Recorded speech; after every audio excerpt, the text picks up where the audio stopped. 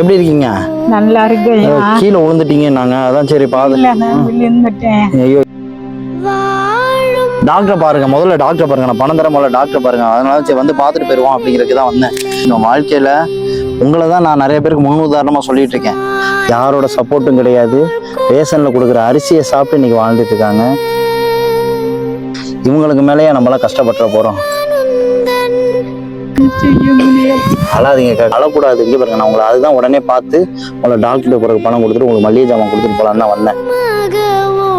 மாசம் அரிசி மளிகை ஜாமான் பொருள் எல்லாம் இருக்கு. சரி இந்தாங்க அக்கா, இதுல பணம் இருக்கு. சரியா, இந்த பணத்தை தங்கச்சி வந்து கொடுத்துட்டு நீங்க போங்க. ஆட்டோக்கு நான் பணம் தந்துடுறேன், ஆட்டோக்கு தனியா வச்சுக்கோங்க. டாக்டர் போய் காமிங்க, உடனே சரியா டியூட்டி போட்டு அந்த வீக்கை விட்டு உங்களால் நல்லபடியா நடக்க முடியும். சரிங்க, அப்பதான் எனக்கு சந்தோஷமா இருக்கும். இந்தாங்க பிரியாணி இருக்கு, பார்த்து வாங்க பார்த்து.